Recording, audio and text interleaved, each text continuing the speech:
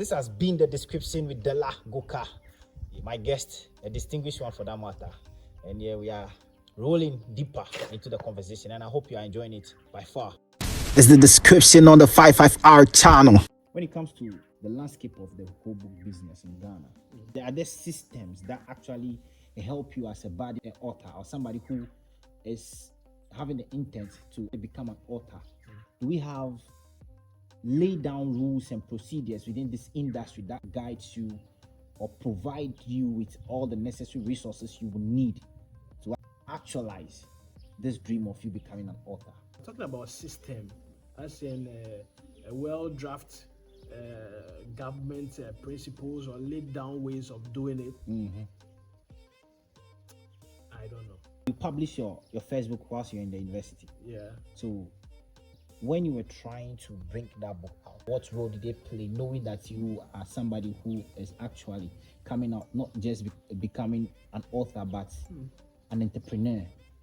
And if you actually become successful, you are coming to project the name of their school as your alma mater. Was there any form of motivation from their side, knowing your intent or the intentions you have regarding this whole authorship? Well, I studied marketing in school. And because of what I was doing, that's the right thing. I was a friend to the communication class. Okay. I geared towards that class more, and sometimes too I'll let go of my own class and go to their class just to go and listen. I see. Yeah. So I met with a lecturer from that department, Mr. Kofi Akpabli. He helped me a lot with my first book, the editing and what have you, because ideally that is what they are teaching there.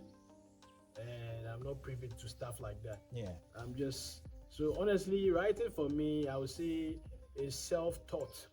Wow. I taught myself how to write by watching some YouTube videos and reading some other books from other interesting writers like Chino Achebe and the likes. So that has been it for me. But when it comes to the school supporting me, honestly, I've not received much of that.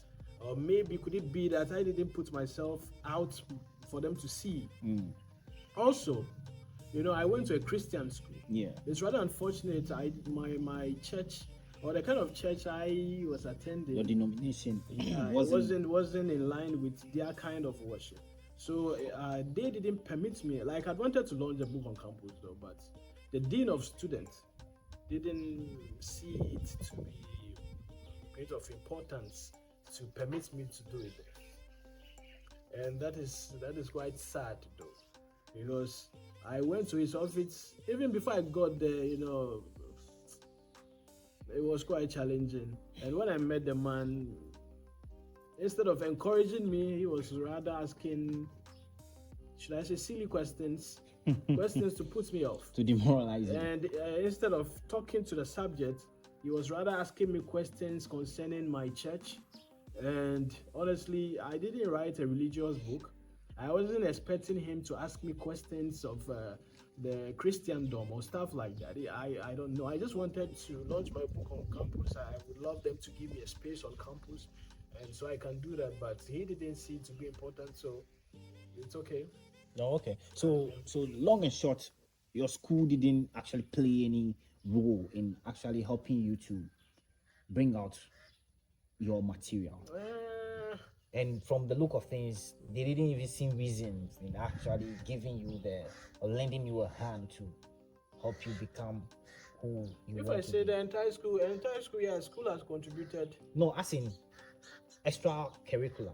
Oh yeah. And not the formative ones, giving you, educating you, teaching you grammar. And I'm not talking about that one. Because when you go to the universities these days, we have a course that we are all being taught, entrepreneurship. And we are being encouraged to pick up entrepreneurship. So for me, I'm of the view that if somebody who writes whilst he is in the school is showing signs of such entrepreneurial prowess, it dawns on the school to actually pick up those people, handpick them, and help them to actualize their dreams of becoming whatever they intend to be. Because when you have become an author, you are coming to employ a whole lot of people, directly or indirectly. You are no entrepreneur work single-handedly? Honestly, I would say the school is growing, and I want to believe that a time will come where maybe they will start to look out for stuff like that and make them a point of concern to them, because I think for now they are just focused on maybe once you pay them to teach you, you want to study marketing, they'll make sure that you are taught. Becoming the best of marketers. Marketer. Yeah, they can say that they are not into a talent hunt or whatever, but one of the essence of university or that kind of studies is to actually bring out the best in you, Empower you beyond empower reasonable you, doubt. and sometimes you get to find yourself after you've received some of this knowledge. So in the process, when you found yourself being that perfect or that striving writer, in my case, there has to be a system to sort of encourage you, especially when you even move to them for assistance. They shouldn't discourage you. But the problem is because it's a Christian university, and I don't know if that's their way of winning souls for their church or what. Because the man was telling me that I need to be a member of the church before I can receive such assistance. So it was like such treatments are purely reserved for people who are members of the church. But the admissions are not limited to only members of the church. So, well, it's rather unfortunate, but that was the situation. Okay. For me, dear, I wish universities, especially in Africa, where we don't have jobs, okay, where you have, I may say 90% of your graduates coming out and then holding the title of unemployed for quite a very long time, some for the rest of their lives. It is very important that when students are showing signs of this entrepreneurial skills from the very beginning, whilst they are even in the school should go like all gun blazing on these guys to empower them to become what they can be, to carry others along. So it was on the back of that, that's why I'm stressing this particular question to get something out of that. For some time now, you've been selling books, okay? How do you measure the reading culture in Ghana?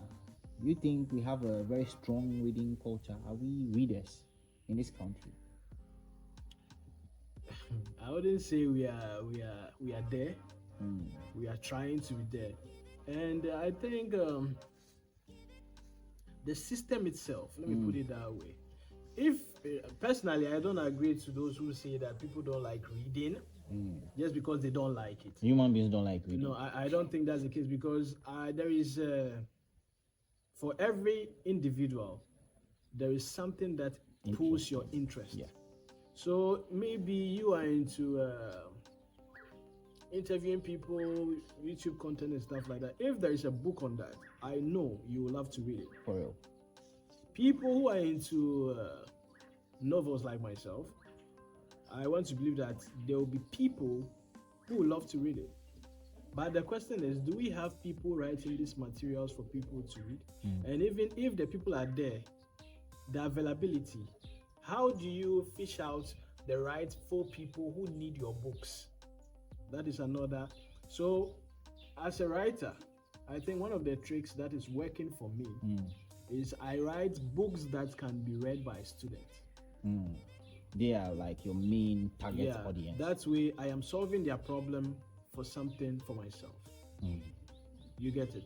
So if you want to write, you need to know the people you are writing for and how to locate them. If you are doing that, I think we'll go beyond just saying that so people don't like reading, blah, blah, blah. But the reason why I'm asking this question is, you see, having a reading culture. I was about to even ask you how, as an author, like how important do you think having a good number of your population as a country being readers who are actively seeking books to read? How important do you think is it to our growth or our development as a people? Oh, that would be very great, because it will serve as number one, business, because it's all about solving problems for something in return. So if you have people hungry to read your books, come on, you are making money. And so we can say that the economy will benefit from it. Just like people love to watch movies, people can equally want to read books, and it's still boosting the entertainment You see, industry. so it's very important that we have people who want to read. Yeah. But you see, I will disagree with you with that. You don't believe that people don't want to read. But you see, let's take for example a very large religious organization like Christianity. Okay, Christians are very passionate people. When you see the way they go about their things, they are people who actually are passionate about Christ and God. So, but I can tell you, most of us who call ourselves Christians don't even want to read the Bible. But that is the instructional manual of Christianity. And the way Christians are so much drawn to their religion, how the passion they go along with it, you expect them to be interested in their book, read it back to back every year, if not every month. But that is what we lack. And so that, I'm not cutting you to just answer that question. Let's be sincere. Anytime we need something from God, we tend to draw closer. You get it? So personally, I read at least the book of Psalm from 1 to finish. It got to a point in time in my university days I felt, I need to read this because I love it. And I just like the way the creativity, it is being written, the literary and aspect of it. I want to believe that even this title, The Sword of Love, was Inspired by the Psalms. Yeah, by the Psalms. I got it from there. And it's like the question is quite long, so we are kind of intertwining things. Talking about people's interest in reading, I think it still boils down to the writers. Let me explain. When my late brother, Goka Julius, may his soul rest in peace, when he read The Sword of Love, he told me that he's not reading it because his brother wrote it. He's just reading it because he wants to read it. And after reading the book, he was so excited about the book, and he told me that he would love to read more books. What is there to learn from that? If you expose more books to people, they will then know the relevance of reading and the amusement and the benefit you gain from reading. So if you have the talent, or if you have what it takes to write a book, put it to good use. Okay? It will find the rightful people. At the end of the day, if it is just one person that genuinely loves your book, you've solved that person's problem. And I want to believe that as a writer, one of my challenges is for me to be able to spot those who need my book and serve them. Okay. It's just like selling food. People don't eat pork. So if you are preparing pork and you are selling it in the what's the name? Muslim communities. Where are you going with your pork business? Okay. So you are serving, let's say, something that may be right for certain people, but to the wrong people. To the wrong people. And I don't see if it is interesting, they'll read it. It is. It's as simple as that.